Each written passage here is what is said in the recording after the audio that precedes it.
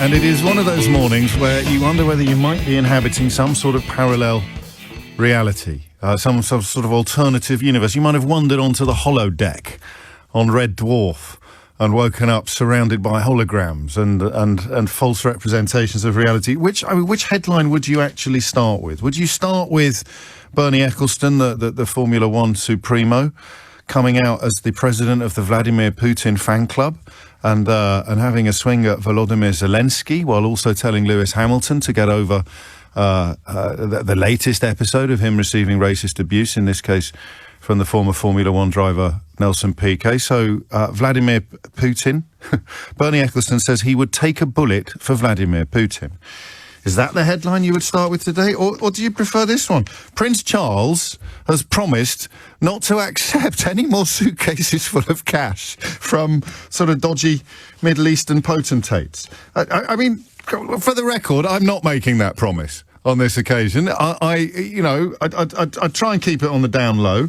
But equally, I mean, this is the front page of a national newspaper in Boris Johnson's Brexit Britain. Charles would never take suitcase of cash again. Prince Charles would never again take large bundles of cash from benefactors after the furore over a £2.58 million donation from an Arab ruler. And it is a country with a questionable human rights record. 3 donations each of €1 million. Euros?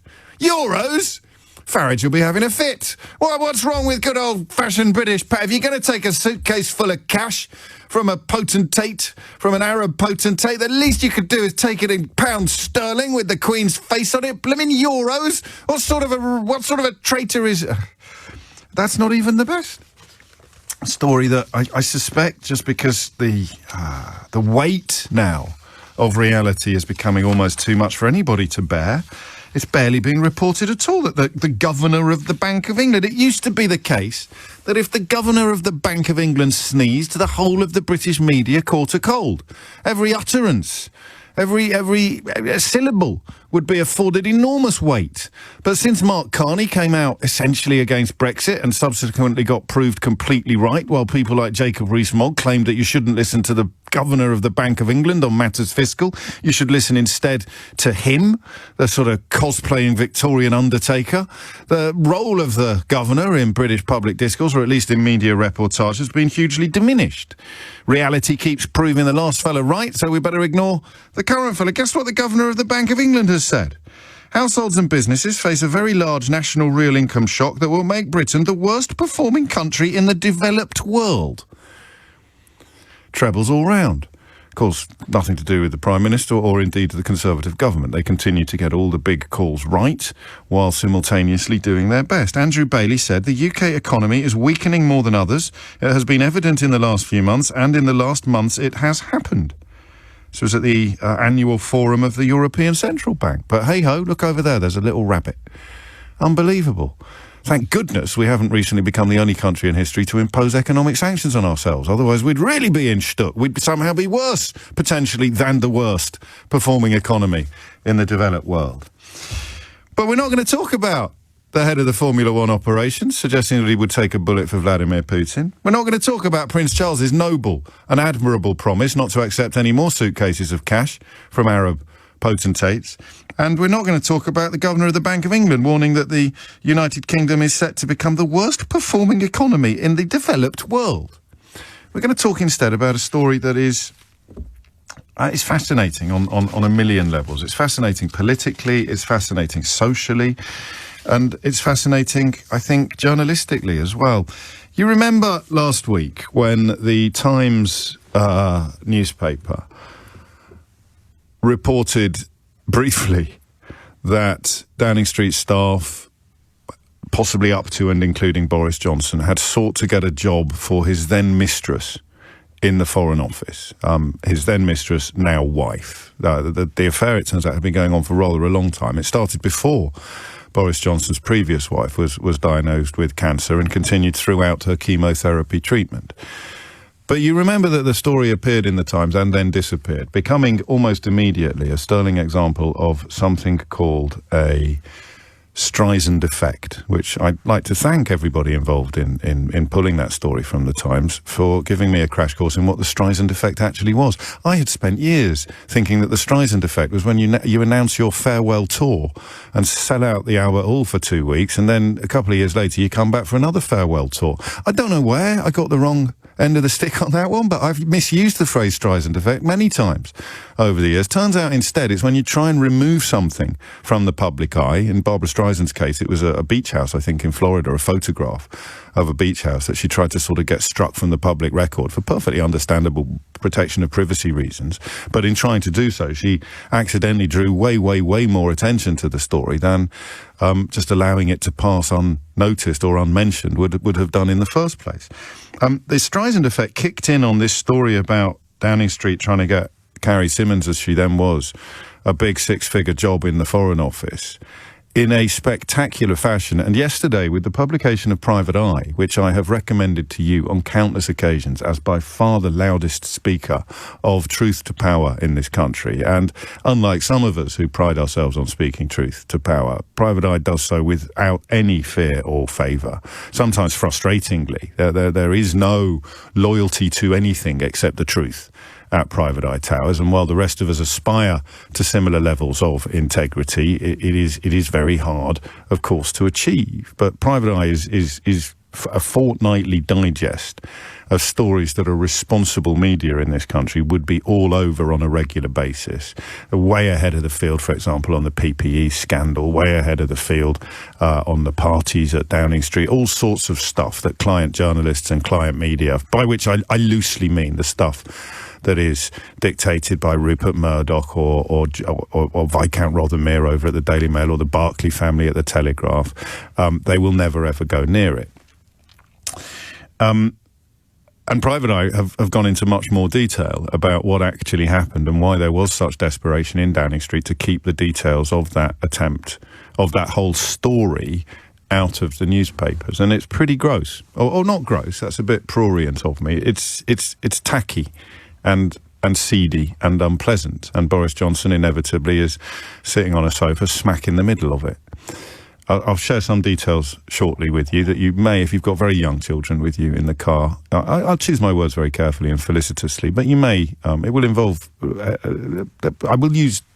won't go any further than describing what the grown-ups used to call a sex act, okay? That's all.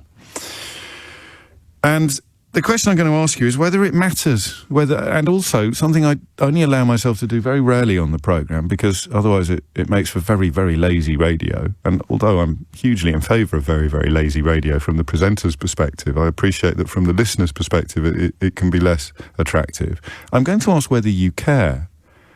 And if not, why not? Because I'm pretty sure I do. But I do suffer from my Catholic upbringing, Catholic with a capital C. And by suffer, I mean I sometimes have a slightly sententious or overly judgmental moral compass. And I do subscribe still to the belief that what goes on in private life can be a reliable indicator of what might happen in public life. And that if a man, for example, can lie to his wife, then he will be quite comfortable lying to a select committee or a parliament or an entire country. I don't know whether that is a valid view anymore. It's valid, but I don't know whether it is an important view anymore. I really don't. So the reason why they were so desperate to keep this story out of the Times, and of course it is for the man who was editing that night, Tony Gallagher, and the woman in charge of the entire operation, Rebecca Brooks, to explain why they acceded to Downing Street's requests in such a shameless and anti-journalistic fashion. If you ever get the chance to ask them, please do, because I certainly never will. The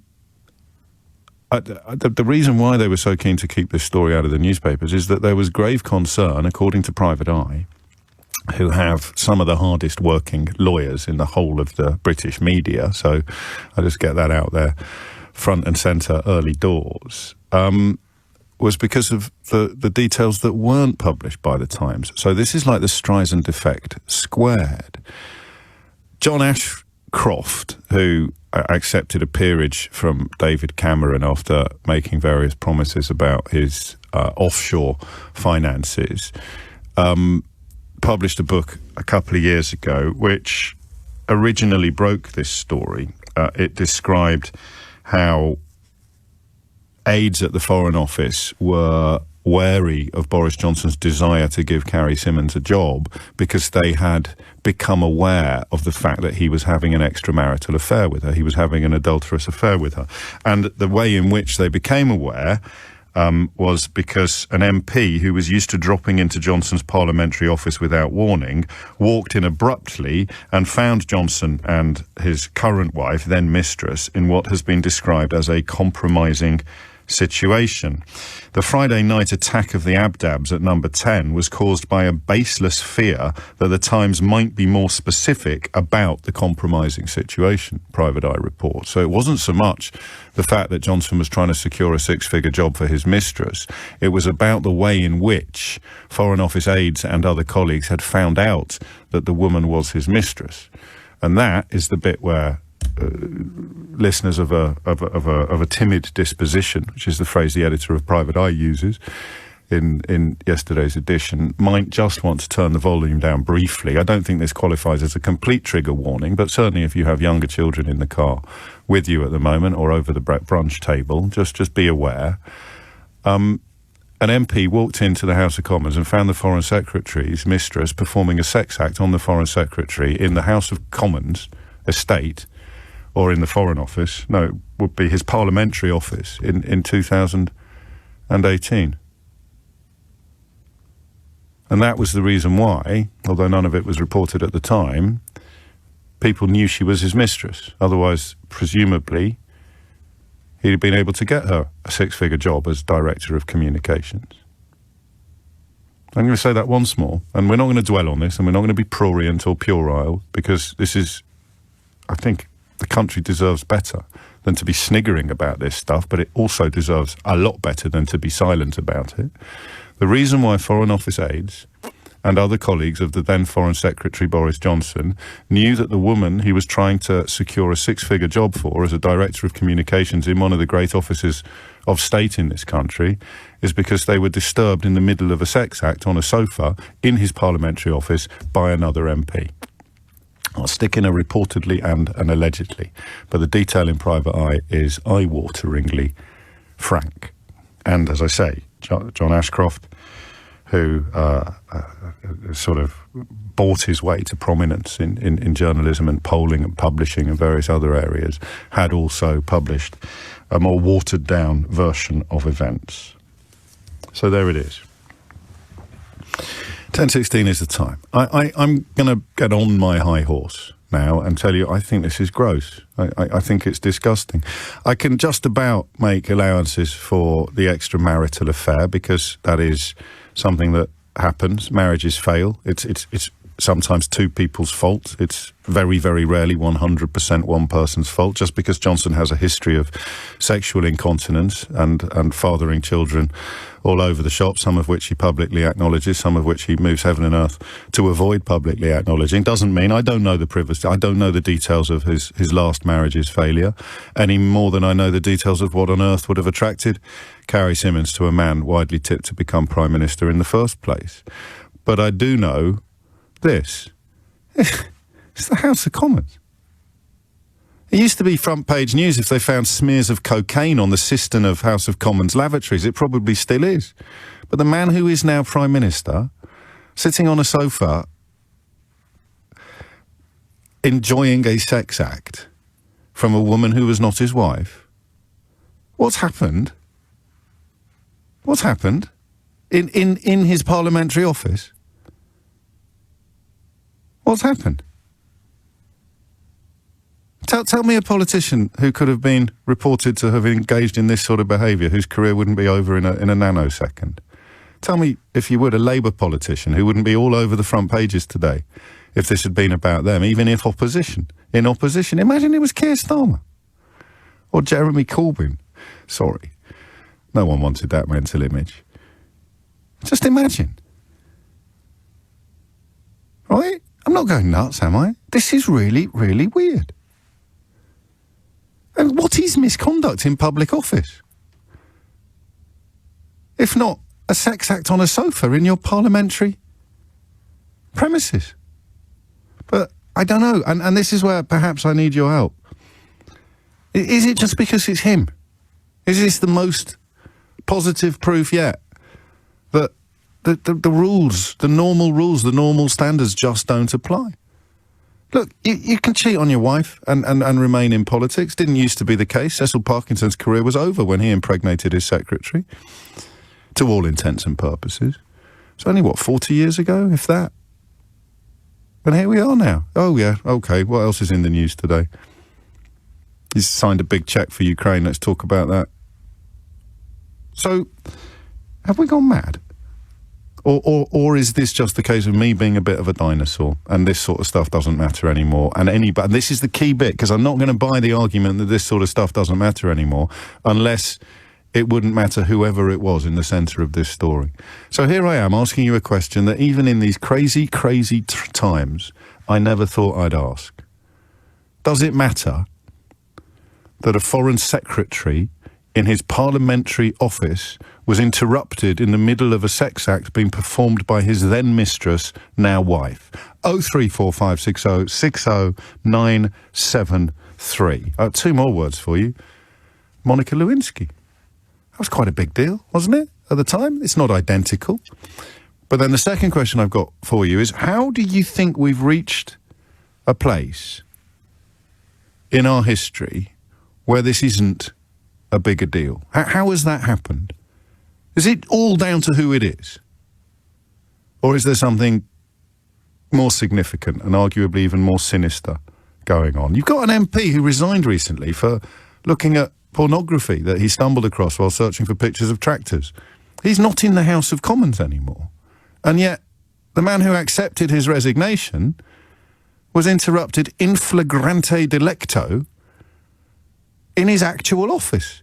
I'm not going mad, am I? This is a really strange day. And once again, we get through it by keeping our eyes open, our consciences clear, and each other company. Let me just drive home a couple more points. Okay, the Mail, for example, tries to impute some sort of sexual misbehaviour upon Angela Rayner for crossing her legs in the House of Commons. Crossing her legs in the House of Commons. The Mail on Sunday turns it into a story about her sexual charms. Crossing her legs in the House of Commons, right? Watching sex in the office on a mobile phone is a career-ending offence, as the former MP for Honiton and Tiverton recently discovered. Having sex in the office, not so much. The number of people that kept this quiet, I find it staggering. But of course, my entirely evidence-based views about Boris Johnson are pretty clear, pretty well established if you listen to this programme. Diane Abbott got into trouble for drinking a Marks and Spencer's mojito on a train. Boris Johnson is interrupted by a colleague in the middle of a sex act in his parliamentary office, being performed by his mistress while he was married to somebody else. And here we are, just waving it through, right? So the question of whether you care and whether it matters is secondary, actually. I want you to tell me what's happened, because I'm under no illusions at all that in almost every previous chapter of my life, this story would be immense, and with almost any other politician you can think of, this story would be absolutely huge.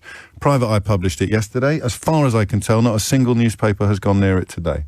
25 minutes after 10 is the time. Sorry, I should have punted out the number a bit more. 0345 6060 973 is the number that you need. What's happened is the question that I'm asking you. I'm not under any illusions about whether or not this would be a huge story in other circumstances or in previous times. I want you to tell me why you think it isn't. And I'll use those two examples of two Labour female politicians. Angela Rayner makes national news when the Mail on Sunday want to impute some sort of sexual subtext to her leg crossing, the crossing of her legs in the House of Commons. Diane Abbott makes national news when someone takes a photograph of her drinking a canned mojito on a train where you're not supposed to consume alcohol. Boris Johnson, and they all know, the donors know, they write a book about it. Colleagues know that they're sufficiently aware of it to block the promotion of the mistress to a six-figure job in the Foreign Office. But the plebs, you, me, if it wasn't for Private Eye, we never would have known about it at all. And they even get on the phone to Rupert Murdoch's lackeys because they think the story's about to come out and say, could you please pull the entire story from the Times newspaper, please? And what do they say? They say yes. Yes, we will pull the story from the Times. And the Mail website as well. So let's look at the Mail. Angela Rayner crossing her legs is a story of sexual significance. Boris Johnson being caught in the act, in his office, in the House of Commons, with his mistress, is not. Just tell me why. 0345 6060 973. Ken's in Leeds. Ken, sorry to keep you, mate. I had quite a lot to get off my chest, it turns out. What would you like to say? That's all right, James, and it was all very meaningful and to the point. I hope so. My point of view is this. First of all, you need somebody like Johnson who gives no account whatsoever to any rules or restrictions. That's one of the essential ingredients of this. You next need a client press and media, and the honourable exceptions to this are your programme and Sheila Fogarty's programme and Channel 4 News. Well, and Private Eye as well, and we've got other colleagues who perhaps you don't listen to who would never deserve to be filed under client journalist. But I have my copy beside me. There you go. But the thing is, I believe that the press and to some extent television stations are beholden to their masters, and their masters have a vested interest in keeping Johnson and the Conservative Party where they are. And you also need a craven parliament in government. And I think all these things come together in a perfect storm. But I think the main plank of all this is the media. So it's all about him. It's not about a change in the morality of the nation. I mean, the tabloids can be incredibly hypocritical when it comes to prurience and disapproval. If you saw the social life CV of the average tabloid journalist, your dentures would fall out. But then when a footballer is caught with his pants down, they come over all, Archbishop of Canterbury, don't they? So I get that. But why with him is it all given a free pass? What do they get out of keeping him in power? I don't quite see the next dot in the chain. Well, he's somebody that they can control, isn't he? To some extent. Because of how he is, he's somebody that they can... He will do their bidding eventually. And I think that's why they want to keep him where he is. Because, he's their client guy. It's like, you keep going back to the 30s, but in Germany, the establishment thought that they could control Hitler. Once they got him into power, we can control this guy, we can make him do what we want. And I think it's the same with Johnson. I don't know that I agree with you, but all contributions are welcome. There's obviously something in it for them, you'd imagine. Otherwise, they would have moved to replace him in some way. But you're doing the big picture, Ken, for which I thank you. I'm focusing in, unpleasant though it is, on the little picture today, the picture of Boris Johnson sitting on his sofa. And it doesn't matter apparently in Brexit Britain. I'd like you to tell me why not. And you can't tell me that it just doesn't matter, because it would have mattered at any point previously with any other politician, and I bet it will again. Angela Rayner crosses her legs in the House of Commons, and the Mail on Sunday turn it into a story about her sexual allure. I am wondering what has happened. What has happened to our country, possibly to our media, and certainly to our politics, when apparently loads of people can know that Boris Johnson is caught on a sofa in his office in Parliament, enjoying a sex act being performed by his mistress, who's now his wife. The story can get pulled from the Times newspaper because the involved parties were worried that detail was going to be included in the report. It wasn't, which makes it almost hilariously ridiculous, the intervention. They can get the story pulled, and newspapers that write about Angela Rayner crossing her legs, as if that makes her a Jezebel, a temptress.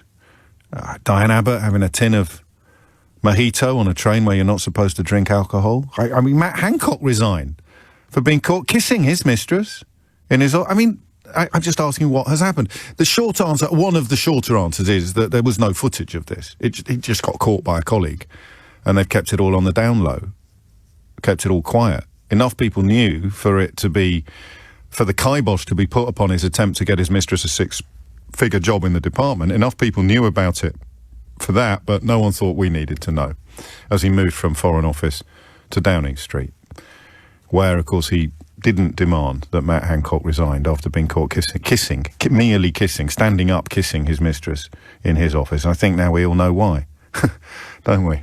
It's one mystery solved. It's not even 12 o'clock yet. Julian's in Marlow. Julian, what would you like to say? You asked if it's acceptable or not, and clearly it is. Yeah, I did. Clearly it is. Yeah. The reasons why it's acceptable is because the grounds for what is acceptable and what is not have moved due to populism, other. Was it ever objective? Because, I mean, you say it doesn't matter, and I understand your reasoning, but apparently it does matter. The way in which Angela Rayner crosses her legs does matter. So it's the red meat theory that you had before, that the people who brought Boris into power yes. don't measure Boris by anything other than the fact that he's meeting these key criteria, regardless of anything else, regardless of welfare, regardless of propriety. Right. It doesn't matter. He's just got this one thing that he's managed to do. Brexit. And so therefore they will... Which he hasn't managed to do, but we're talking about the rhetoric, not the reality. It's the rhetoric, because yes. To the point that you made about being caught on camera, yes. they can't avoid that. And I think there is I was going to sound terrible, but a sort of dumbing down of the British population's yes. or the British population's requirements for proof. They unless they see it and it's visceral or it's affecting them directly, and even then it has to. I think you're optimistic. Really. I think even if footage had emerged of this, he'd probably claim it was a work event. That's the get out of jail card of all get out of jail cards nowadays. You know, I'm only 52% joking, Julian. I wish I was. 48% of me doesn't find it funny. No, same. Doesn't find it funny. But it is. I mean, it's whatever the opposite of a level playing field is. I know, obviously, it's an unlevel playing field, but it is just one rule for him, and this is probably the biggest proof yet of that simple fact. It's in the past when people had done anything approaching this sort of thing. Not to say, and I don't care about people's personal lives in office. I don't. I mean, I know you have your point of view. I do a little. I do think. I think the line, and it's a bit of a bit glib, but if you can lie to your wife, you can lie to anyone. I did absolutely, but I don't mind that so much as the abuse of that power afterwards. So, for example. People can, there is a separation of church and state, for example, or there should be a separation of church and state. There is a separation between what you have to do in your professional career and what you must do for the good of the population, and then your personal life. So there are many figures in history who did good overall, but weren't exactly saints. Absolutely. That's a really good point, actually. We shouldn't let the perfect be the enemy of the good, as it were. For example. Yes. Exactly. So I don't... If he did his job well, I wouldn't mind what his personal life was about. However, he's not doing his job well. He is also using the power given to him by his role today and previously and abusing that power. So mistresses given given favours, given money, essentially. Yeah. And which would be the second time that had happened, of course, while he was in public office. That we know of. Yeah, James, that we know of. Yes. That we know of. We don't even have to say allegedly. We can just say that we know of, which is giving a wider berth in a different direction. Yes. That we know of is the second time. But this doesn't matter. It is, however, Angela Rayner's, not Claire Rayner, that was an agony aunt, I believe. Angela Rayner, no disrespect to both, they're very, very competent professionals. Angela Rayner's crossing of the legs, that's just red meat to the masses. Because she is not delivering on this one criteria. It is that simple. I think you're right. That's what it is. So as long as that balloon remains inflated, even though yesterday on German television, again something that won't be picked up by British media, Boris Johnson was praying for the day when everyone has forgotten about Brexit and stopped talking about it.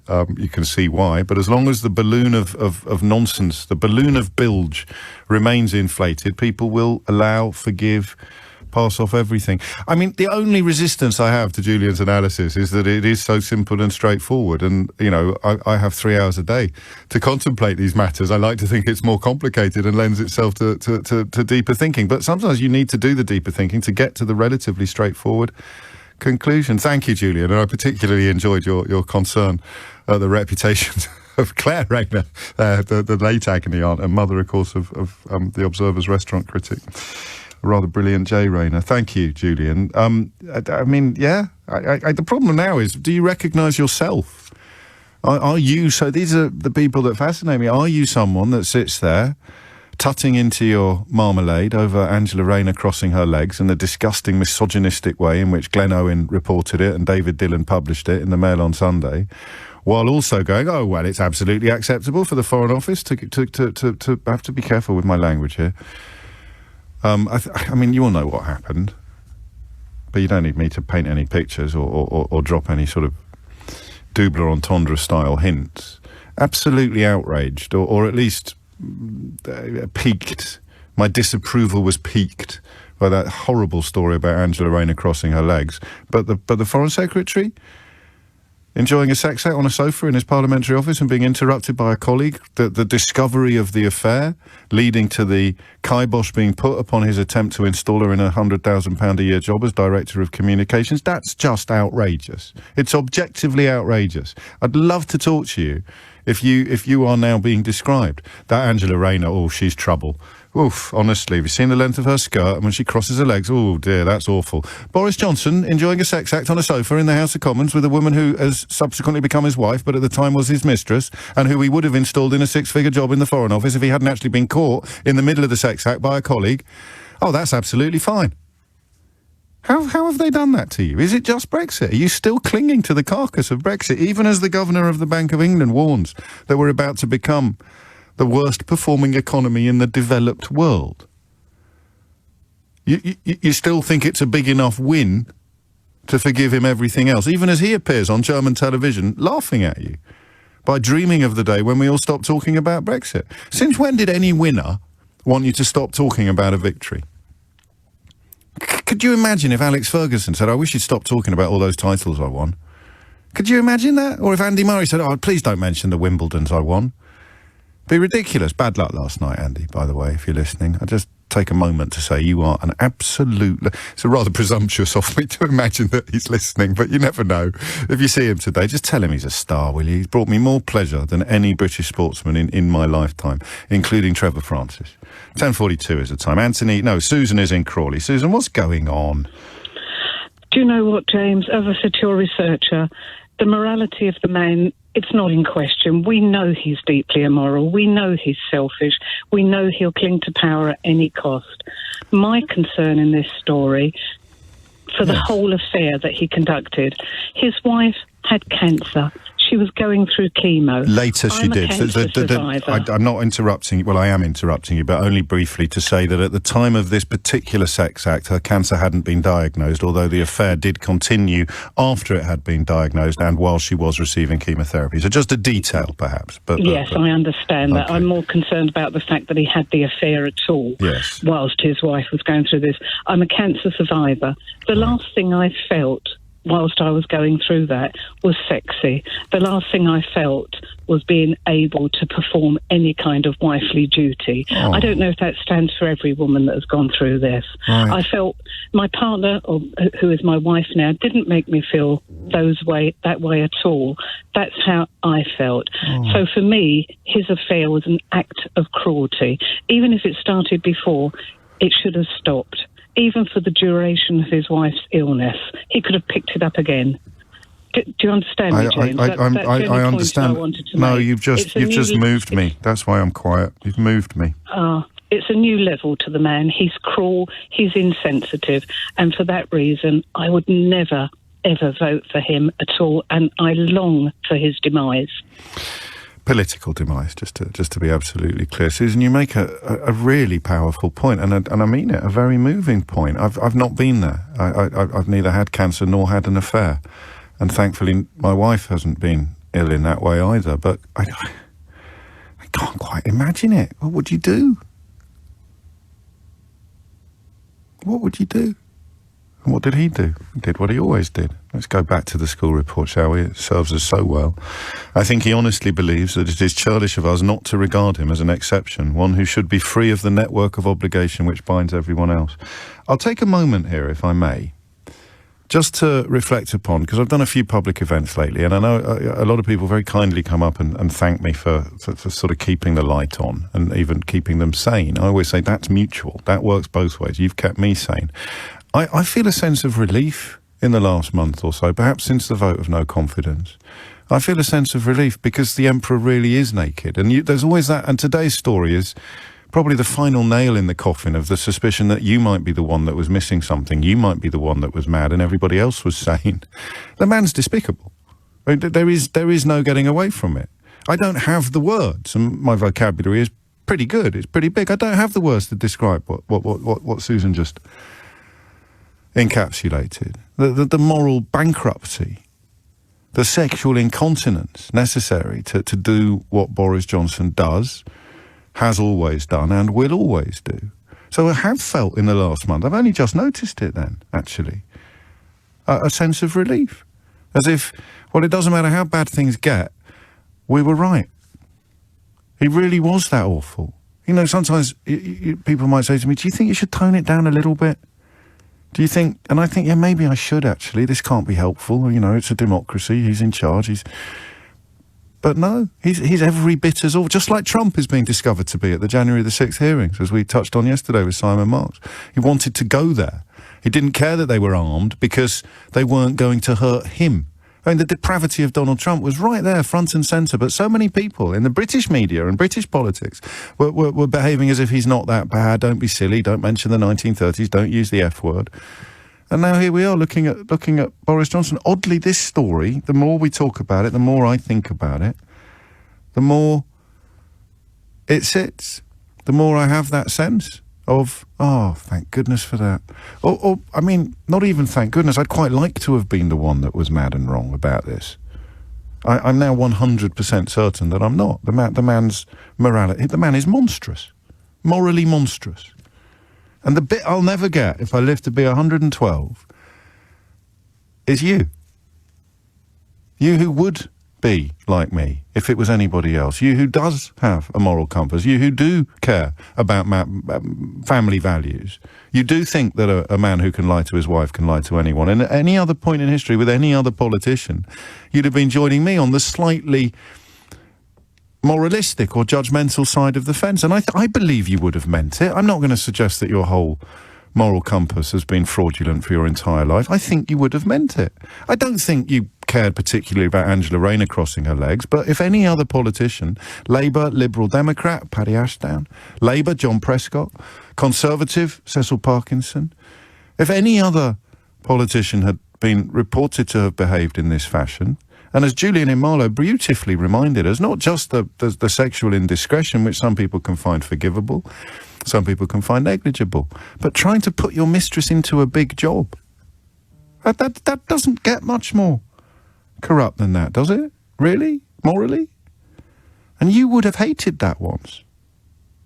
You would have hated that once. You would have thought, as I do, that it brings the entire country into disrepute. But here you are, still waving your flag and supporting him. Why? Why? That's not a rhetorical question. I'd love you to call me and tell me. Why?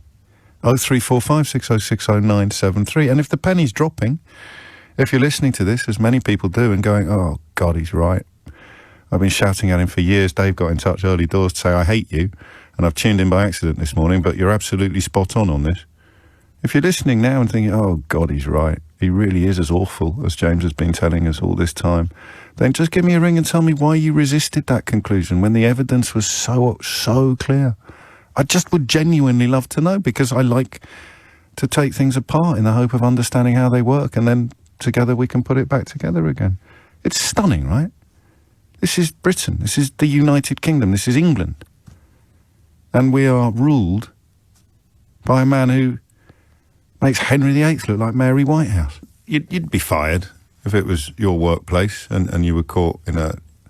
Well, I say you would. Apparently there were scenes at the Sun newspaper, of course, when they had an illegal lockdown party that were pretty Roman, for want of a better adjective. I don't know. I mean, it's a strange old time. But there has to be a difference between people in public office, elected representatives, people in charge, in this case of the Foreign Office, now of the country, and the rest of us. And Boris Johnson's behaviour, unchallenged, undenied, unremarkable in many ways, has diminished our entire country. And people who love our country still defend him. That's what fascinates me most. Or, if not most, then a lot. And I'll tell you what, a few of you are pointing out, someone's just hired Gavin Williamson on 50 grand a year, about 630 odd quid an hour, to advise an education company. I said it before and I'll say it again. It's the satirists I feel sorry for. Although this week, in particular, Private Eye seem to be doing okay in the circumstances. Pete's in Preston. Pete, what would you like to say? Hi, James. Thanks for taking my call. So, I mean, I feel like I'm echoing a lot of the sentiment of people I've already called in, and I don't want to trivialise things, but I've got a bit of an analogy which makes sense in my little brain anyway.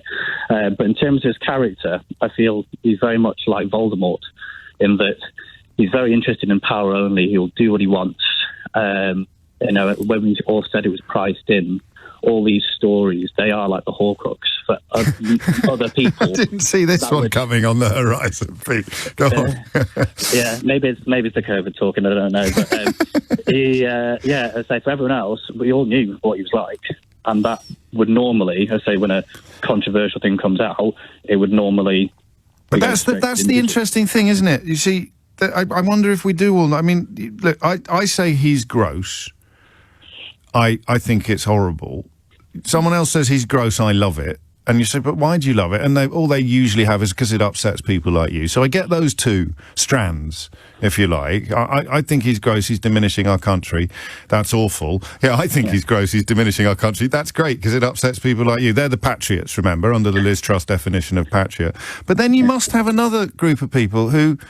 I say he's gross, that's disgusting, it's diminishing our country. And they say, no, he isn't. There must be people who think the emperor's still got clothes on. And they're the people that I'm so interested in, because they do have moral, they may even have Christian values or religious values that he just...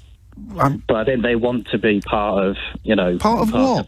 Part of that club, like the useful people that helped Voldemort return, if you want to extend an analogy, that you think everyone else is muggles. And as long as you're useful, fantastic. You're not letting go of this. You're not letting go of the Voldemort analogy, are you? I love that. He's brought the muggles into it now. We're going to... But it's very cash-in-hand politics. It really is. It's just like, I'll do what I need to do to, like you said, you probably tell I can listen to it a bit, but like it's very much just to survive the next day. Cash in hand, boom, done. Cash in hand. You know, and it's very, transactional, and he doesn't care that it really harms things, because it's not harming him. He's getting his way. And that's the price that it was. Well, that's what. Yeah, I think. An earlier. Yeah, I like it. I don't think you have echoed. No, well, a lot of people think that the slow and steady will eventually kick in, and people will turn to Keir Starmer with a sense of relief almost and relaxation. It's certainly what he. Well, I suggested to him not long ago he needed to be a bit more of a showman, and he was absolutely adamant that he doesn't. He said, you've seen what happens when we elect a showman. So I said, all right, then what about a salesman? And he conceded that he probably does need to be a little bit more of a salesman. The problem at the moment is that we don't know what product he is selling apart from himself. Earlier call, he didn't echo anyone, Pete. Certainly first time Harry Potter's been brought into proceedings, so it's a lovely call. But an earlier caller mentioned... the separation of church and state. I think it was Julian. I just want to warn you about something now, because this, again, call me Cassandra, this will happen if it isn't happening already. They've already attacked the church over the Rwanda criticism. David Yelland, a former editor of The Sun, posted yesterday that the revelation about Prince Charles accepting suitcases full of cash was probably a revenge operation by Downing Street after Prince Charles criticised them over Rwanda. So the Church of England gets attacked by this lot as they have to mobilise everything to defend the indefensible Boris Johnson. The royal family, if David Yelland, a former editor of The Sun, is correct, and he believes that the revelations were quite widely known, the question is why Downing Street would have chosen now to leak them to the press. If that's happened, as I say, it was something that a former editor of The Sun tweeted. But they wouldn't really hesitate to have a swing at the royal family. They sent Jacob Rees-Mogg to Balmoral to mislead the Queen about the proroguing of Parliament, so that bit's not controversial. So the Church of England, the royal family, all off limits. You remember Paul Dacre, who he's going to put in the House of Lords, attacked judges, the judiciary, enemies of the people. Johnson goes along with that because they talk now about lefty lawyers. They're attacking lawyers. They're attacking the law. So we've got the Church. We've got the royal family, we've got lawyers, judges, the law, they're all under attack. Because I'm a bit weird, I always wonder what's going to be next. Academics are under attack already. You see that not just in the suspension of English literature being taught at places like Sheffield Hallam University, but also there was a minister not long ago under Theresa May who was demanding that all academics who espouse the reasons why leaving the European Union was stupid should be put on a list. But that was Theresa May, so we won't put that there. Not that example, but we can put academics on the list. So we've got, I'm going to lose track of this. Is anyone writing it down? The Church of England, the royal family, judges, lawyers, the law, academia. Well, actually, you can have academia twice because Paul Dacre, who Boris Johnson is going to put in the House of Lords, he went with the Remainer University's front page. So what's going to happen next? Well, academia is going to come around again, but select committees. I've been thinking this for a while. I'm interviewing Chris Bryant later today for Full Disclosure, and some of the work he's done at Select Committee is fascinating. Tom Tugendhat today on the Russia corruption problem. Select committees. Front page of today's Daily Telegraph.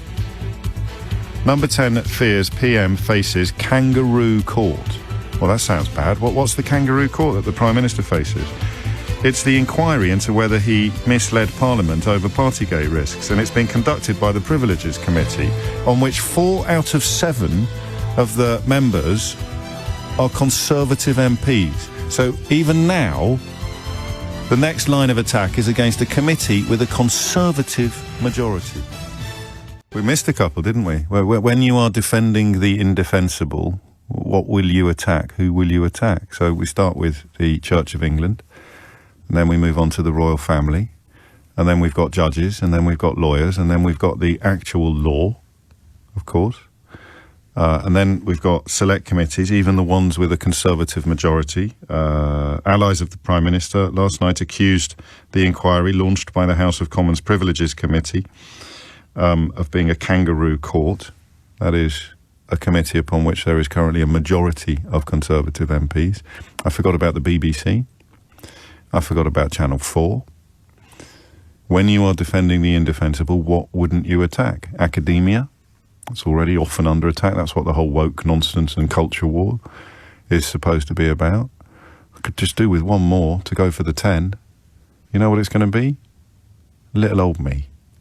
Secretary of State for Culture, Media and Sport, publicly revealing that she had called for me to lose my job for telling the truth about her. That's it. 10 things. 10 things that you end up attacking when you're trying to defend the indefensible. The royal family,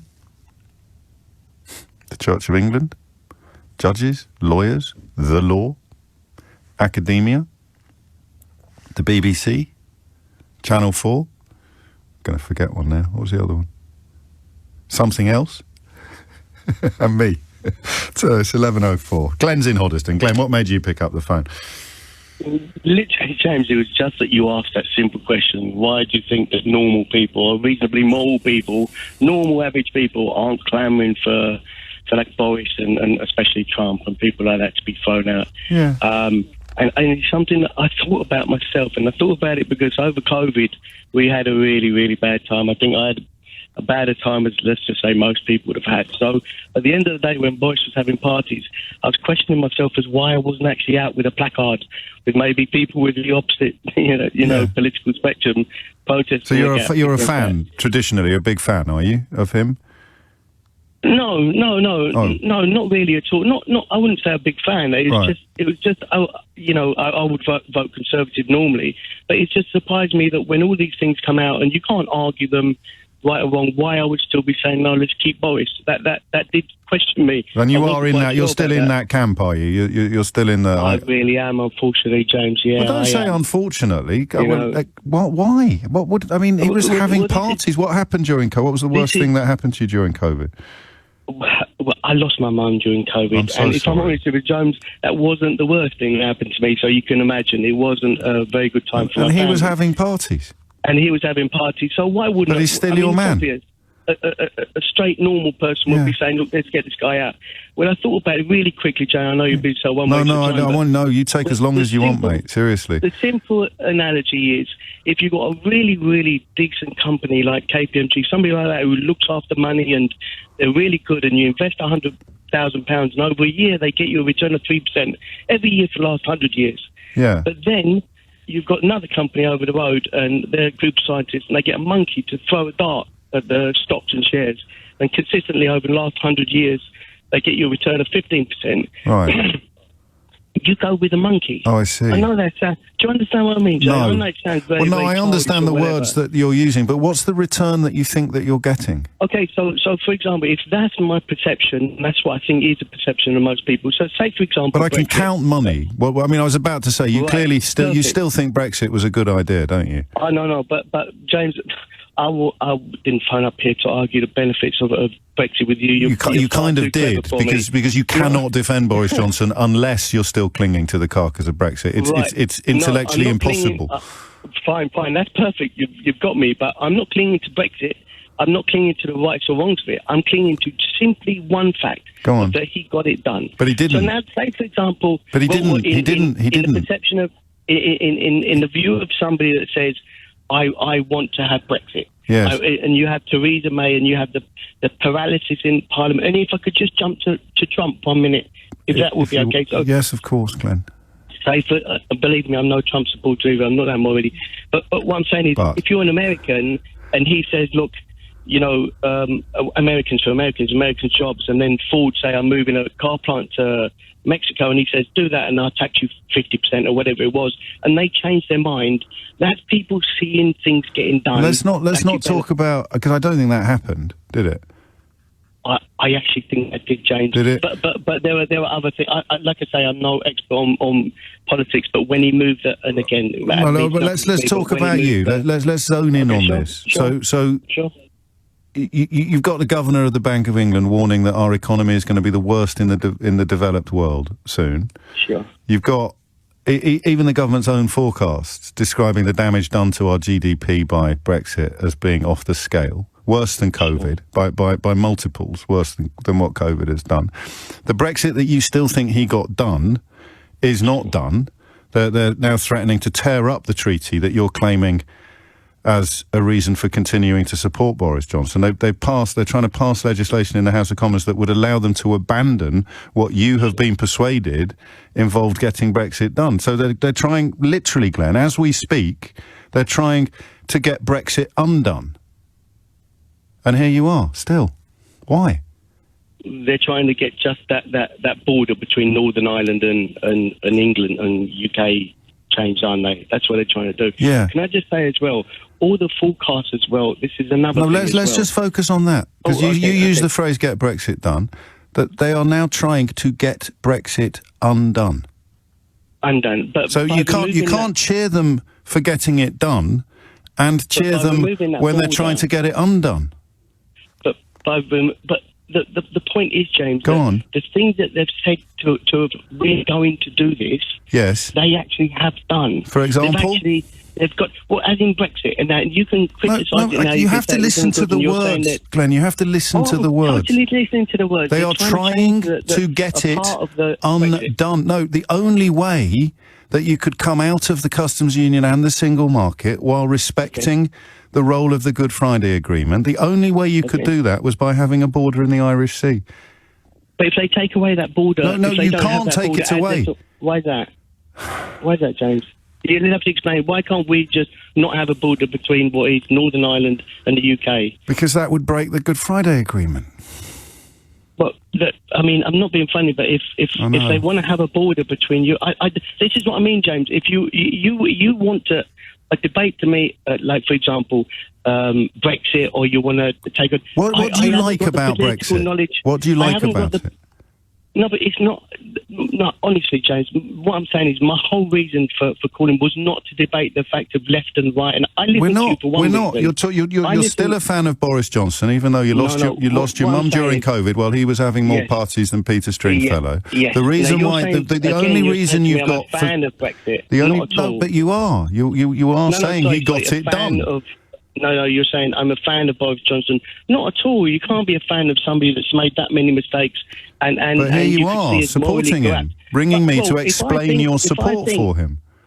If I think that down the road another thing's going to come up and it says, right, the country needs to do this and it needs to do that now, if he's the only person I can rely on to say, right, we're going to do it and I'll get it done, then that is what I'm trying to say to you. That is why so many people. But that's a bit like admiring an arsonist because he has successfully set fire to a building. At least he got it done. So I'm going to insist. Nothing like admiring, James. I'm going to insist that you tell me what you like about Brexit, why you're glad it got done. I just want you to give me an answer. Back to Brexit. Yeah.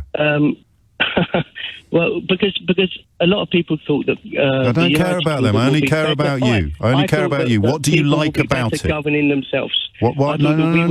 Don't give me that. Tell me about what it is you like about it. Now, that is better. How is your life better? Why are you glad it got done? What's improved? Well, it's not improved. I tell you what hasn't improved. That planes on. Please just tell me what has improved. I would say I had a granddaughter recently.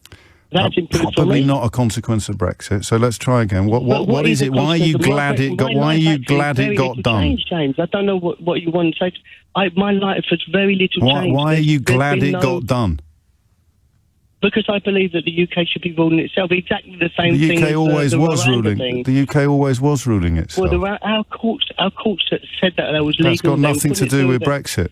It's amazingly to do with Brexit. But that happened after Brexit got done, Glenn.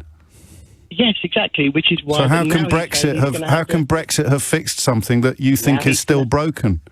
Now he's going to have to change another thing where the European. But Brexit got done, Glenn. Brexit got done. Yeah, exactly, but that European court, which has nothing to do with the European Union. And now he's going to have to change that as well. I'm going to say the words again, Glenn. The thing you're talking about has nothing to do with membership of the European Union.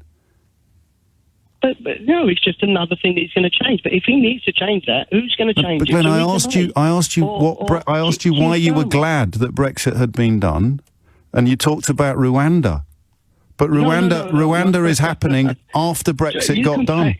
James, you can paint me as an extremist right wing if you want, but that's not me. Glenn. I'm not painting you as anything. I'm just repeating your own words back to you. The thing you've given me as a benefit of Brexit is a bad thing that happened with regard to Rwanda after Brexit happened. I wasn't calling you about Brexit at all. Of course you were. You can't separate Boris Johnson from Brexit. And you brought Brexit up, Glenn. When I said, why do you still like him? You said he got Brexit done.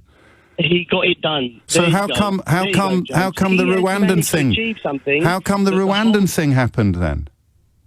Well, that's exactly it. Now it was British courts that stopped the flights to Rwanda. The massive majority of them were stopped by British courts, Glenn. Then you've got me, James. Then I was mistaken. But you still think he's a winner, though, right? You're still glad that he got Brexit done, even though it was British courts that stopped most of those refugees being deported to Rwanda against their will. I thought it was the European Court for Human Rights. That was the final. That was the and also the European Court of the European. No. That was the final cases. No, that was the final cases. Most of them had already been taken off the plane.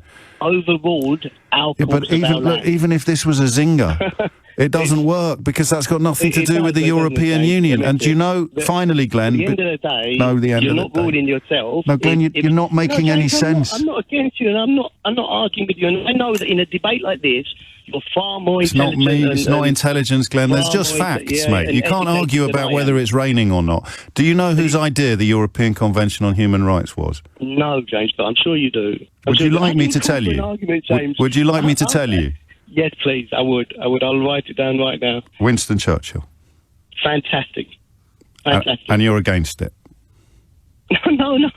Yes. I'm against. I'm saying that I'm saying that we should rule our own country. Listen, the European Convention on Human Rights is the thing you've ended up raising as a consequence of me searching for things you thought were good about Brexit, and it's got nothing to do. Glenn, look, they'll probably put this call up as a clip. Will you do me a favour? Yes, James. Yes, Will you listen back to it? I will. And will you ask yourself this question? Yes, I will, James. Will you ask yourself, who did this to you? Yeah. All right? Who made me this person?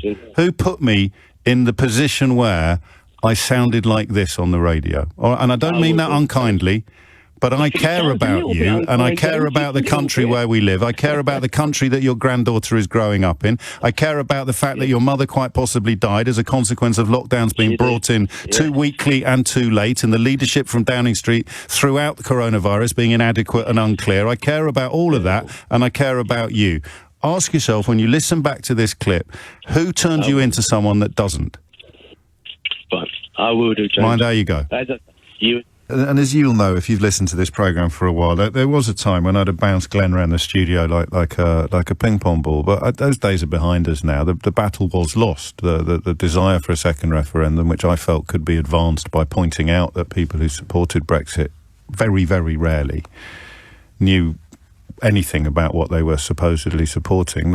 It's a pointless battle now. But I tell you something for nothing, because there'll be a lot of abuse of Glenn now on social media, and most of it will come from Brexiters who will claim that he was specially selected for being stupid, or that he was lined up as an easy target for me, or that he, is not very well or something. I don't know what the latest excuse they'll come up with is, because he held up a mirror, Ben. Not me. Glenn just held up a mirror to every Brexiter in the country, or at least every Brexiter listening to this programme and subsequently watching the clip when it goes viral. And that's why they abuse him. He held up a mirror and they saw themselves in it. From Boris Johnson down, nobody could have answered those questions any better than Glenn did. They would have sounded more intelligent. They would have sounded perhaps posher. They would have sounded perhaps better educated. But if you drilled down into the substance of what they were actually saying, it would be some gibberish about Northern Ireland, displaying complete ignorance of what the Good Friday Agreement and the single market membership involve, and then some gibberish about the European Court of Human Rights. From the editor of the Daily Mail to Downing Street to Glenn, that's all they've got. It's just that Glenn hasn't had the privilege of an education like mine or Jacob Rees-Moggs that allows him to sound articulate or intelligent when talking bilge. That's all they've got. From the editor of the Daily Mail to Boris Johnson, to Dominic Raab, to Jacob Rees-Mogg, to Priti Patel, to Nadine Dorries, right the way through. All of the columnists, all of the Murdoch knee-benders, all of the Daily Telegraph comment writers, that's all they've got. That's all. Why do you still support Boris Johnson? He got Brexit done. What does that mean? Why are they trying to get it undone? Some gibberish about Northern Ireland that displays a complete ignorance of the Good Friday Agreement and the single market. Whether it's willful ignorance or not, doesn't matter anymore. And then some gibberish about the European Convention on Human Rights. And it's not, I mean, by all means, be snobbish and rude and obnoxious about Glenn or about me. But that mirror you're looking in, that's you looking back. That's you. And my question, as ever, is, why do you let them do this to you? The fella who, while Foreign Secretary, was having an affair with a woman, busted in his own office in the House of Commons in the middle of a sex act. And that's the only reason why he wasn't able to install her on a six-figure salary as a Director of Communications in the actual Foreign Office. 21 minutes after 11 is the time. What's going on? What's happened to our country? And fair play to Glenn for having a crack at explaining it and doing every bit as well as anybody else would. Anthony's in Bletchley Park. Anthony, what would you like to say? James, good morning. Be gentle with me. Of course. I'm gentle with everybody these days. Really? Well, I think BJ enjoying an eponymous sex act really does matter, because personal and private lives impact on public duty. The thing that desperately concerns me is that the Prime Minister is actually being held to a lower standard of probity than those in the military and the intelligence and security service. So Bletchley Park is not a coincidence in your call to me, or is it? I mean, are you involved in that?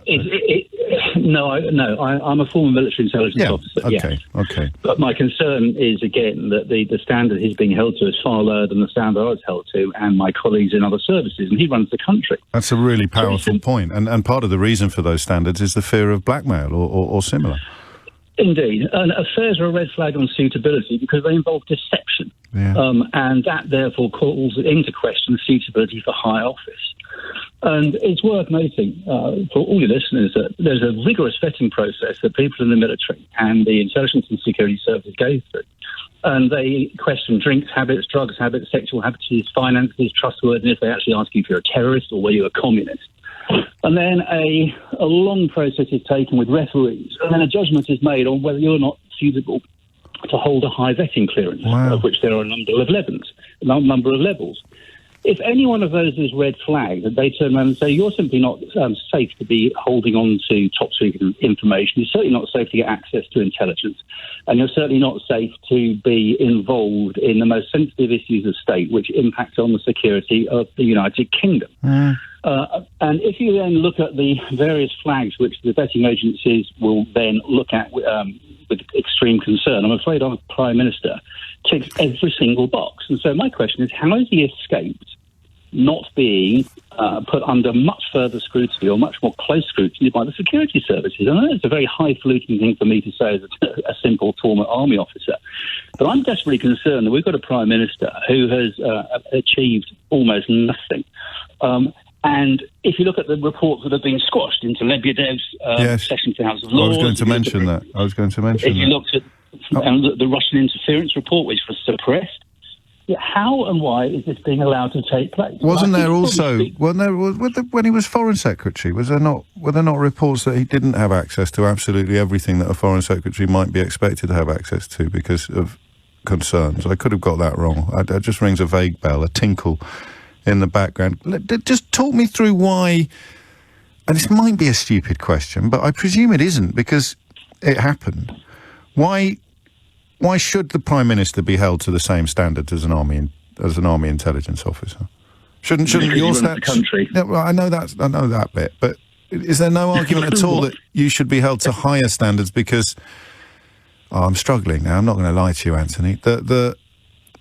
Well, can I spin the question back on you? Why do you think the Prime Minister should be held to a lower standard as an army officer who's being required to go and die in service of Queen and country because the Prime Minister says that this is what we're going to be doing as an act of foreign policy? Can you explain to me why he should be held to a lesser standard than a 23-year-old lieutenant? I can. Well, up to a point, Lord Copper. I can say that. I can say that. That's going to be a very curate-egg answer. Yes. Up to. I can say that having an extramarital affair doesn't necessarily affect my ability to do my job as Prime Minister and doesn't necessarily involve any security threats. And with somebody in your line of the work, we can't afford to take any risks at all because you are... we can afford to take a risk with the Prime Minister. Well, up to a point, we can afford to think that this particular affair this affair about which we know clearly isn't a security threat, whereas any intelligence officer who has any sort of affair becomes a potential security threat because... And now it's all going to fall apart because I have to say the words out loud, because he is probably going to have an affair at some point in the future with somebody who is less insulated from the possibility of being a security threat. Yes, I also return to my point that all affairs have an element of deception involved. Of course they do. And where you have deception and where you have attempt to hide something, where you have the ability to be duplicitous, so those are things which are not acceptable in the intelligence and security world, nor are they acceptable in the police world or any other organisation which requires trustworthiness and confidence and also confidentiality. And therefore, my greatest concern is that the Prime Minister is not being held to the correct standard of probity, and it is brutally as simple as that. And if he is not, and he is being asked, or he is seeing information and intelligence which is going to affect this country, it is not outside the realms of possibility, given previous reports into the glorious President Trump, that people might be trying to influence him, saying, well... I think the party, when he turned up at the airport without his security detail, looking like he'd been dragged through a hedge backwards, and of course, Paul Caruana Galizia over at Tortoise has done a lot of reports into those parties and some of the stuff that went on. That is it's a very, very real and live fear. And the night after the election, he attended the birthday party of a former KGB agent whose son is now in the House of Lords. I mean, the problem is, and you must be more frustrated than this by I am, because I at least have the outlet and the pressure valve of my radio show. But the stuff you're concerned about, given your background, is almost drowned out by all the other stuff that other people are concerned about, all of which gets filed under not enough people are concerned about any of it. Yeah, well, I spent the last 3 years thieving, basically. Yeah, I bet you have. Because you're looking at it and thinking, how is that being allowed to happen from the perspective of military intelligence and national security? Absolutely. On a brutal note, my wife died of lung cancer during lockdown while Bojo was partying. Yeah. And we could only have 10 people to go to my wife's funeral on the day they had one of their Downing Street parties. And so I just sat and looked at the wall and thought, this is now beyond parody. This has made my blood boil. Yeah. I'm afraid it is. I mean, I try not to be Colonel angry, but sometimes I just think, what has this country turned into? Well, that's the question I ask far too often on this programme, and I only keep asking it because people like you keep providing me with such powerful answers. Yeah, well, I mean, I know the F word, and don't worry, relax, all people with fingers over buns. The F word is underused, but I'm afraid if you sat back and did a rational analysis, which regrettably I've done, which has been based on listening to you speaking for 3 years, I've come to the inevitable conclusion. That the fact that they are trying to assault human rights, they're trying to assault freedom of expression, they're trying to stop people. Well, they have stopped people protesting. Yeah. If I went outside in the street and bellowed, Boris Johnson is, and insert expletive here, technically speaking, a policeman would come and take me off the street and say, actually, you've caused offence to Mrs. Scroggins, number 42. Yeah. Caused a disturbance, and so we're going to put you away, or we're going to raise the court. I think this is utterly ludicrous. I spent 26 years fighting for this blasted country to make sure we did have freedom of expression. And what the government doing? You can't do that anymore. That's completely bonkers. I mean, what is the matter with these people? Why can't they open their eyes? I'll tell you why. Sorry, it's a bit of a rant. No, you carry on. It's because you've got the client right-wing press who are sitting there waiting for their peerages. They're desperate to keep their jobs. They're desperate that nobody else that gets into power that might actually think, that'd be a good idea. Let's press scrutiny. Let's have some independent fact-checking. So when we turn around and say X is the case, somebody turns around and says, you know what, it's not the case. And this goes back to one of my absolute frustrations, is that when people do interviews on the TV or on the radio, and a minister sits there and spouts lies, which is what they are, why does the interviewer simply not turn and say, you're lying? A bit like Mick Lynch said. And I, for the life of me, despair of a country whereby people who are trying to hold politicians' toes to the fire and trying to hold them to account simply don't do their blasted job. Their job is to make sure they tell the truth. Actually, I digress. The one thing I wrote on my pad yesterday when I was shouting at the computer was Pac-Man. Now, I thought, how would this crop of incompetent, lying, deceitful, duplicitous, ne'er-do-well, Sharrow-bank-riding cretins, how do you think Jeremy Paxman would have felt about sticking in front of them and saying, well, Prime Minister, you've told me that this is the case. It's simply not the case, is it? And when Bojo goes, he said, no, that's not the case. You're lying again. Do you want to do my holiday cover? I'd be delighted. I'm going to answer the last question. You won't like it. The answer. I like very little things. I don't want to tip you over the edge, but the first bit is I can answer all of it in one go. Paxman wouldn't get close to them these days. They wouldn't go anywhere near that programme. And I read some words today that actually chilled me slightly. And those words were speaking to GB News last night, or something like that, talking about Boris Johnson's latest interventions. And you think it's bad enough in what we might call established or mainstream media, what an easy ride they get. But it's still not easy enough, because now you've got Rupert Murdoch and other billionaires, pro-Brexit billionaires, setting up their own television stations, losing money hand over fist and employing pretty much everybody from the sort of unemployment line outside Broadcasting Central, because they need to create an environment now where Boris Johnson doesn't even get the pushback that he might get from some of the people that you had in mind when you just made your incredibly salient points about the state of client journalism. But this country come to a completely bonkers, ludicrous part. Yes. When you've got GB News that's been set up because we've taken RT off the air. I shall leave that chuckle hanging in the ether, Anthony, and I shall look forward to talking to you again. And as I should say, on many, many occasions, there is great comfort to be found in company, and that cuts both ways. If you find comfort in my company, I can assure you that I find company in yours, listening to this, and sometimes, but by no means always, calling in to contribute. Oh boy, I hope this is an accurate Carl Sagan quote. He's a pretty reliable arbiter, and it certainly seems likely. One of the saddest lessons of history is this: if we've been bamboozled long enough, we tend to reject any evidence of the bamboozle. We're no longer interested in finding out the truth. The bamboozle has captured us. It's simply too painful to acknowledge, even to ourselves, that we've been taken. Once you give a charlatan power over you, you almost never get it back. And as that dropped on my Twitter, this came in by text: you so obsessed being a Ramona, you still think you can change people's minds. How sad are you? I'll just leave those two hanging in glorious opposition to each other. Steve's in Benfleet. Steve, what made you pick up the phone? Hi, James. I called in to try and help answer your question about why people still vote Boris Johnson, why I still follow him. Yeah. It's a little bit like that friend who always goes back to an ex-partner.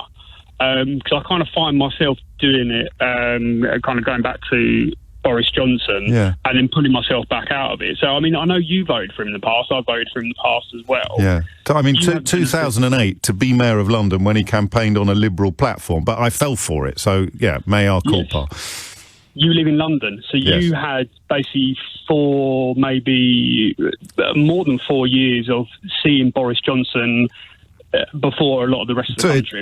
It took about 3 months for the scales to fall from my eyes in that case. So yeah, you're right. Yeah. You're right. And I did. What you need to take into consideration is obviously this is your world. You work in it. A lot of people aren't politically engaged. So basically, I fell for the Brexit thing, voted for him in 2019, and then realised it was a complete mess. And obviously, all the lies, the economy's going down the drain at the moment, and I wouldn't vote for him again. Right. However, when I see an old clip of him coming back up, things like where he throws the basketball over his head from 10 yards and it goes in, when he's being interviewed by Beth Rigby, and just as we're coming out of lockdown, and she says, "Oh, have you got your appointment booked?" He's like, "Yeah, of course." And she's referring to a haircut, and he goes, "Well, for the pub," and you think, he's a nice chap. And you go, well, no, hold on, just into James, basically last 3 hours, and Sheila then had 3 hours of basically the terrible things he's done. You're like, no, okay. But I'm so grateful to you. I wouldn't vote for him. Well, you probably might, though. You could. Pardon? No, I wouldn't. I mean, in the local elections recently, I didn't even vote for Tories. I'm so grateful to you, because I think I do need reminding of this occasionally. Not so much the embarrassment of my own electoral record, but that the simplicity of the appeal in some cases, because we talk a lot about have I got news for you, and that was a crucial moment in his habilitation, if that's a word. And it is it just seems like somebody who would be fun, and he is. I don't know if you've ever heard me tell the story about when we were on speaking terms. He'd be cycling down Charing Cross Road sometimes, and if he saw me, he'd shout, "Hello, comrade," and it made you feel quite sort of, special or cool. It was especially if someone was with you, and what was that, Boris Johnson shouting "Hello, comrade" at you, and you go, "Yeah, it was actually." Ho ho ho. So it's that on various different levels, isn't it? It's charisma. He's got charisma. That's all we're saying. He's got charisma. I think everyone has their own little kind of thing that kind of applies to them. But it takes a lot to pull yourself out of it. And I was very far down the rabbit hole 2016, where my Facebook would basically be not only kind of like Tories and kind of vote leave, but fringe thick Daniel Hannam, Raheem Kassem, those kind of figures basically would then be like, "Oh, you might like this person." Right. And I was like, "Well, hold on a minute, I'm quite far down this rabbit hole." Okay. And even though I've tried to backpedal myself, and now I basically have a balance. I have like Angela Rayner on my Facebook. I have that kind of a real kind of balance of it. I still find myself thinking like, "Oh, he's looking good in Kiev." Well, you know what they say. No, you go back to the facts. Yeah, well, the devil has all the best tunes. Yeah. It's part of the thing is, I'm coming from a point of view where basically I do a lot of driving my job. Yeah. I listen to you most days, 3 hours. You. Sheila's 3 hours as Thank well. You. And then obviously I catch other people in the evenings and sometimes a little bit of Nick in the mornings. But even though I've got that balanced view, you still feel yourself being pulled back into. What's it like for someone who maybe just watches half an hour of a bad interview where they don't ask, as you said in the last call, they don't...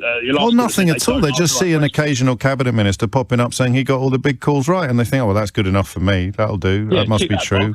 Or vaccines, some nonsense about vaccines, or some nonsense about Ukraine or whatever it may be. Not nonsense about Ukraine. We are doing a great job of sending money and foreign aid to Ukraine, but the idea that this in any way mitigates the death toll during COVID or the security concerns that Anthony in Bletchley Park was just explaining in such passionate fashion a moment ago, or the personal morality, Steve, the personal morality, that's an odd one, isn't it? Is that a bit blokey? I mean, there will be people who go, whoa, nice one, Boris, getting sorted out on the sofa. That'll be out there as well today, won't it? No, I don't think so. Not for you, not for you necessarily. But I think it's just swept under the carpet a little bit. Yeah. People are just like, but then someone will basically just throw out a comment. Basically, they'll find someone from Labour and go, "Well, Jeremy Corbyn has 3 wives," and you're like, well, they're obviously they're 2 completely different situations, and they're just looking for a comparison. And then that's exactly what they did with the whole party. They were like, well, trying to pretend that it was paralleled, that it was comparable. Exactly, they try and parallel everything off, and that's how we all end up. When you hear someone saying they're all as bad as each other, and you just go, they're really, really not. They might none of them are perfect, but they can't possibly all be as bad as each other. Otherwise, there'd be people having sexual relations on sofas in every office in the House of Commons. I think because it takes such a long time to come out of that position of basically backing him, yes. I think the best you can wish for in the next kind of general election is they just won't get their base out. Yeah, you've sorted me out today. I needed that. Thank you, Steve. No, I really mean that. Sometimes I need to give my own head a wobble because I'm so...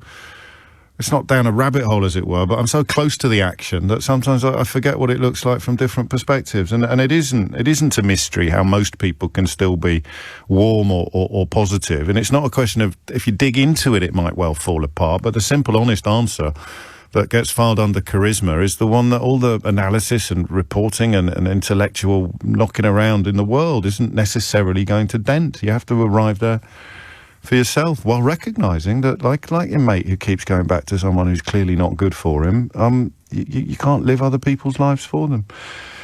Gosh. Deborah is on Merseyside. Deborah, what made you pick up the phone? Just the equivalence, talking about equivalence. I'd like to see some equivalence with what happened to my son and what happened with Boris Johnson on his sofa. What happened to your son? Well, he was 16 and he was at school, and there was a unisex toilet, and he was in there comforting his girlfriend. Right. The girlfriend's his ex came in, right.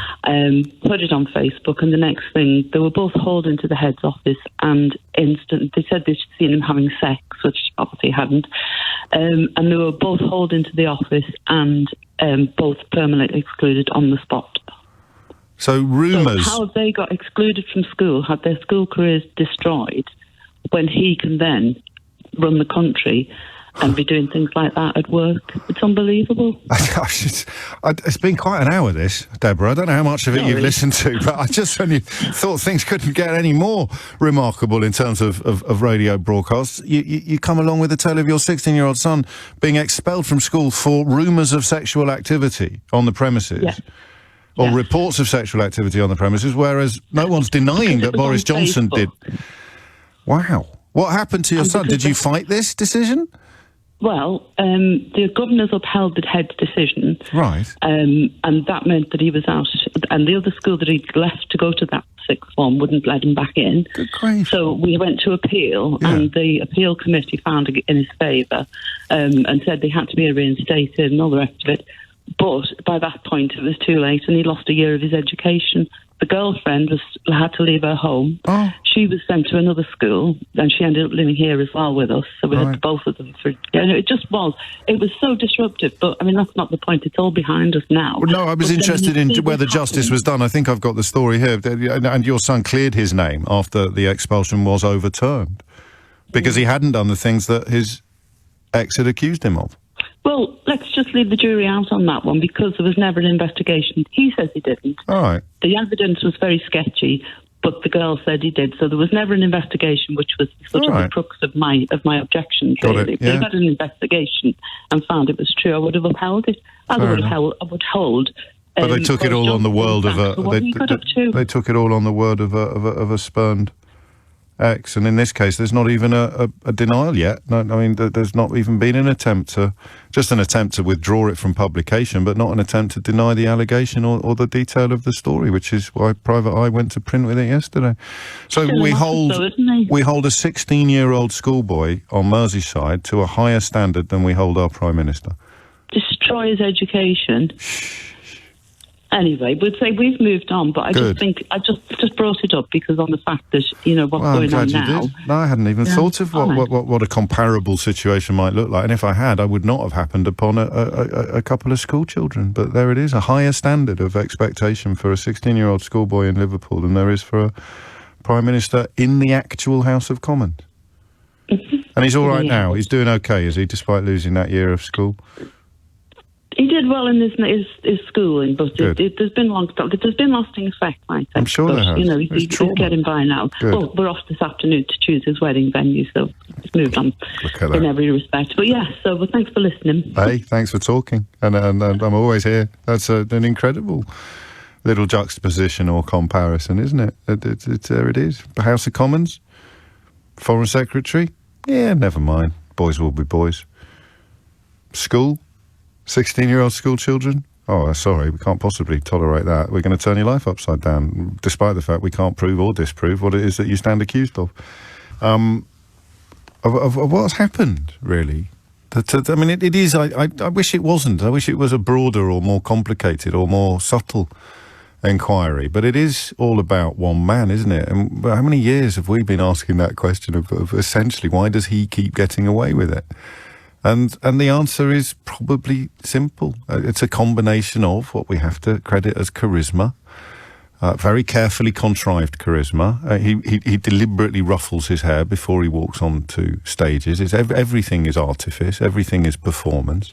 Everything is inauthentic, but it works. If you can fake authenticity, you can fake anything, can't you? Part of it is double down. Who now? I think this probably explains. Probably, I wouldn't put money on my analysis, but if you are wondering why more media hasn't followed Private Eye on the story of why the Times pulled a story featuring Boris Johnson's now wife, then mistress, I think the answer is the Mirror. Not the Daily Mirror, I mean the Mirror, the reflective mirror. I think now we're in very grave danger of seeing swathes of the Brexit and Boris Johnson supporting media just look away from stories that show them their own reflection, show them what they've become by supporting him and by continuing to support the madness of Brexit. I think that the Daily Telegraph today and that news coverage I've been very positive about recently. Number 10 fears PM faces kangaroo court. And this is like Donald Trump. I don't criticise these Daily Telegraph journalists on this occasion, because if something is told to you by Downing Street, that is by definition news. Even if it's disgraceful or wrong, you have to report it. Our system is not equipped to cope with this in the same way that the American system was not equipped to cope with Donald Trump's levels of depravity, culminating in all the stuff that's coming out now in the January the 6th hearings. Just never expected. The Founding Fathers never expected to have someone like Trump in the White House, And I guess our unwritten constitution is similarly inadequate for dealing with someone like Boris Johnson. I mean, I struggled with Lord North, didn't it, back in the day? But I certainly never foresaw anything like Johnson on the horizon. That's just my theory. Happy to hear yours. 11:53 is the time. Geraldine is in Waltham Forest. Geraldine, what's happened? What's going on?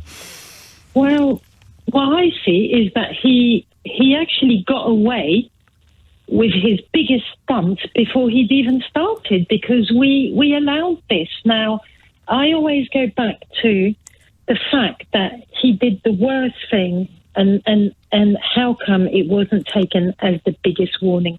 He shut Parliament. When he shut Parliament, he said to everybody, to each one of us, I don't believe in democracy. I will do what I like. And when that happened, I was terrified. Yes, terrified. I've never campaigned, and I went out there and I campaigned for Corbyn, not because I'm a Corbynist or anything like that. It's just because I thought, this guy is dangerous. He shut Parliament. What bigger warning do you want? And that was my motivation. I mean, I fell out with people. I was posting on Facebook, watch. And she's a Corbynist, he's this, he's that. I'm not. I can't stand the guy. But I just knew someone who shuts Parliament, this is a massive warning. In cahoots with newspaper editors who attack judges and university professors and even Parliament itself. That was the Crush the Saboteur stuff, wasn't it? Why? What's your background? Why were you more Fri and more early than most? What made you? Why were your antennae better tuned than perhaps mine were? Well, I did think at the time you were irresponsible, James. Sorry, I really like you and I listen. But I thought, why is he not? Why are we focusing on Corbyn here? No. You weren't listening to the programme. I hardly ever mentioned the man. I was. But I don't know why, but he shut Parliament and that was massive alarm bells for me. And he's doing exactly that. Anyone else in his place would have been gone. But he told us. I think maybe okay, listen. Go on. When someone shows you who they are, believe them the first time. Listen, just because you've brought Corbyn into it, and I'm always happy to hear critiques. Unlike you, I understood he didn't have a hope in hell of winning. So warning people about how awful Boris Johnson would be felt more like a public duty than wasting time and energy promoting and supporting somebody who... Because hang on, let me finish. Corbyn. No, not promoting him. I know. Listen, he was never going to win. This is what I do for a living. By speaking to people... No, look. I have a very good memory, and I remember the going on and on and on about Corbyn when we should have been going on and on about Johnson. Yeah, but you want to listen back and count the amount of times I went on and on and on about Johnson, Gerald. I can see why you fell out with people on Facebook. No, you don't. I fell out because they no, because you've just lost the ability to count. Warning against Johnson. The hours are there. I was warning against Johnson. Why was Nadine Dorries calling for me to be sacked then? Sorry? Why was Nadine Dorries calling for me to be sacked then? She's the same as him. No. If I wasn't going on and on and on about Johnson, why was one of Johnson's biggest cheerleaders calling for me to lose my job? I'm talking back in the day. Yeah, so am I. I'm talking back in the day when he shut Parliament. Yeah, so am I, Geraldine. I accept criticisms when they are valid, but not when they are not. And that, I'm afraid, isn't. The unelectability of Jeremy Corbyn is a matter of historical record, and if only somebody better could have been put in place. Arguments and indeed expressions and explanations of how awful Boris Johnson was, in my naive way, were designed from my perspective in the hope that the Labour Party might come to its senses and put someone in post who would actually have at least a prayer, a cat in hell's chance, the vaguest possibility of stopping the bandwagon or inflicting some sort of electoral damage. We also wanted, of course, the second referendum to come along, which may or may not have changed the course of history, but no one can argue about where we are now. Well, they can, actually, because to nip back to old Glenn, who was on earlier, 17% of people now claim that Brexit has made their life better. That's gone up from 11%. The proportion who think Brexit has made daily life worse has risen to 45%, but almost 1 in 5 think it has made their daily life better. That, I'm afraid, is evidence of mass delusion. It is almost impossible this is the problem with opinion polls, and the big difference between opinion polls and this programme is that I now have that 17% on the line, and I say, go on, tell me how. And they talk gibberish about Northern Ireland and gibberish about the European Convention on Human Rights. They've got nothing else. You know that, I know that. Deep down, they know that. 17% think Brexit has made their life better. I tell you, it's a mark of how cross I am. I'm cross about that. 45-17 win. And I'm cross that they've got as much as 17. That's like Kidderminster Harriers beating West Ham in that 4th round FA Cup when we were robbed in the closing seconds last season. Imagine if Kidderminster Harriers had beaten West Ham 5-1 and I'd be cross about the fact that West Ham scored. I'd be giving the goalie jip for letting one in. 45-17.